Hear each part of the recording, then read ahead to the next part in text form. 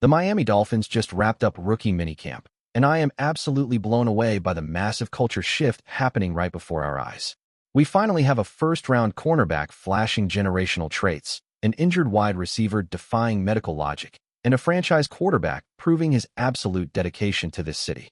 The energy surging through this fan base right now is something we have not felt in a very long time, and you need to hear exactly what just went down on that practice field.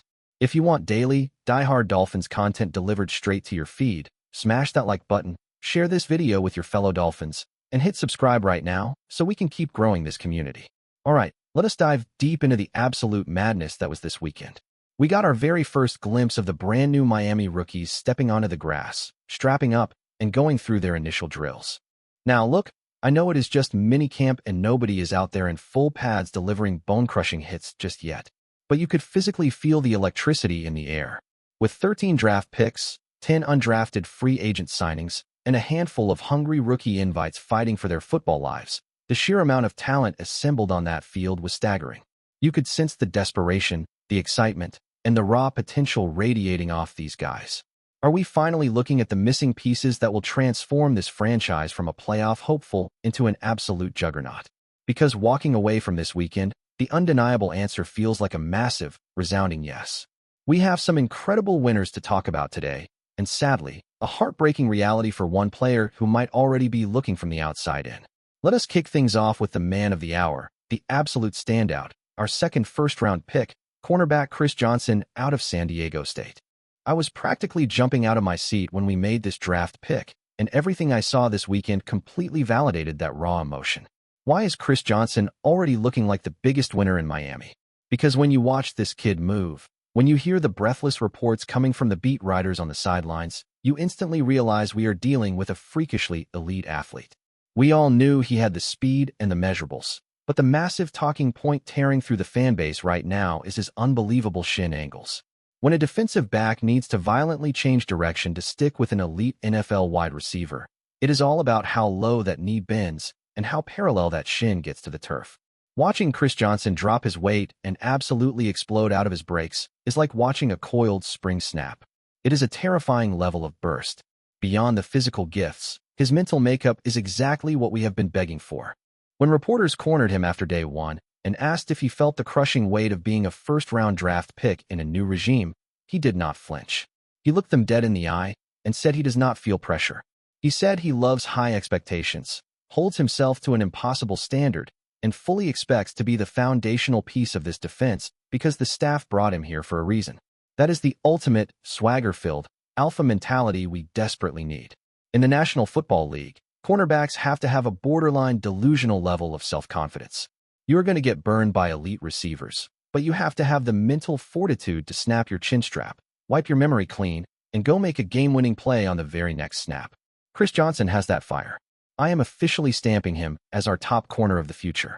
I am still incredibly optimistic about Juju Brents, and I think he can be a rock-solid contributor, and I am deeply intrigued by what Alex Austin brings to the secondary. But man, Chris Johnson is the absolute truth, and he dominated this rookie minicamp. We are keeping this positive momentum rolling straight into our next massive winner, and this one is an absolute shocker to the system. Third-round wide receiver Chris Bell. When his name was called on draft night, there was a collective groan and a ton of frustration because we all knew the brutal reality of his situation. He is recovering from a devastating ACL injury. We all wondered if it would be a redshirt year, or if we would be forced to wait until next season to see him play. Well, prepare to have your mind blown, because Chris Bell was out there at minicamp. He was not running full contact drills, but he was actively participating in stretches and meticulously working out on the side during team drills. And the craziest part is that we have reports confirming this kid is already hitting 18 miles per hour on the training treadmill during his rehabilitation process. That is an unbelievable, logic-defying milestone for where he is at in his recovery timeline. I stood my ground on draft night and said we do not need to push this kid and risk his entire NFL career just to force him onto the field for week one. If he needs to sit for a month and debut in late October with a structurally sound knee and zero risk of re-injury, I am perfectly at peace with that.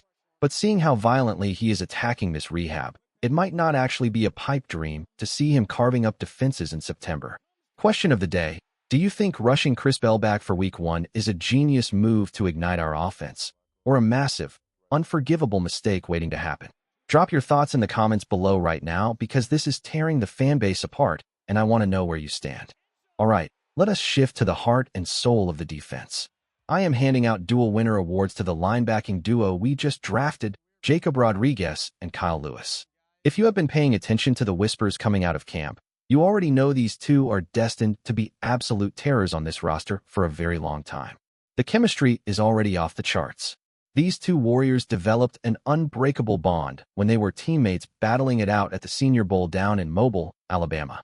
We have heavy hitters and respected voices like Louis Riddick from ESPN openly declaring that Rodriguez and Lewis complement each other so flawlessly that they could lock down the middle of the field in Miami for the next decade.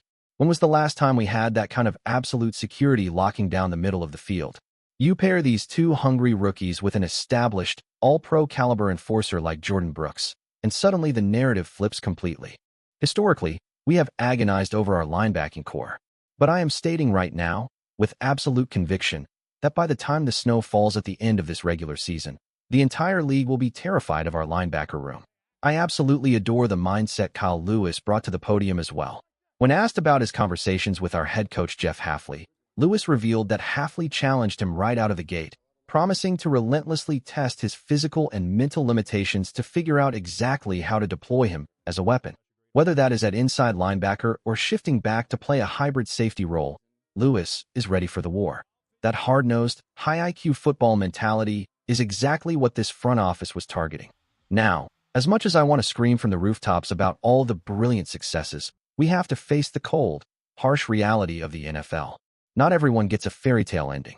The only real loser coming out of this weekend is undrafted free agent wide receiver Donovan McCulley. It breaks my heart to call any kid chasing his dream a loser at rookie minicamp, because it is incredibly difficult to lose a spot in May. But the math is just completely stacked against him, and the writing is already on the wall. This front office aggressively drafted 3 wide receivers and signed established veterans like Jalen Tolbert and Tutu Atwell. If that was not a high enough mountain to climb, the team brought in highly competitive rookie invites like SMU's Romello Brinson and former Boston College quarterback Thomas Castellanos, who is trying to convert to wideout. Castellanos was reportedly looking incredibly smooth running routes and catching passes.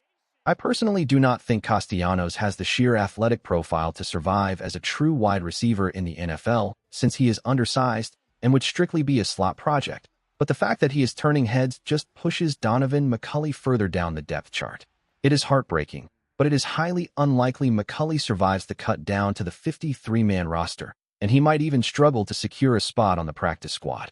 The room is just too crowded, and the window of opportunity is slamming shut. Let us end this on an absolutely massive high note. My final winner of rookie minicamp is a guy who is not a rookie, who is not in pads, and who is not even supposed to be the center of attention. I am talking about our quarterback, Malik Willis. Malik Willis was standing right there on the sidelines all weekend long.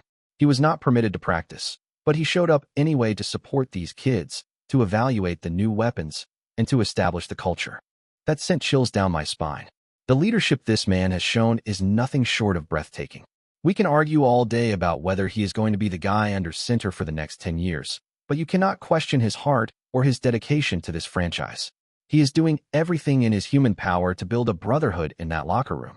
Huge props to Jalen Tolbert and safety Dante Trader Jr. for showing up alongside Malik to support the young guys as well. When your veterans are sacrificing their time off to stand in the sun and cheer on undrafted free agents, you know you have built a winning culture. It was an unforgettable weekend, and the future of the Miami Dolphins is looking brighter than ever.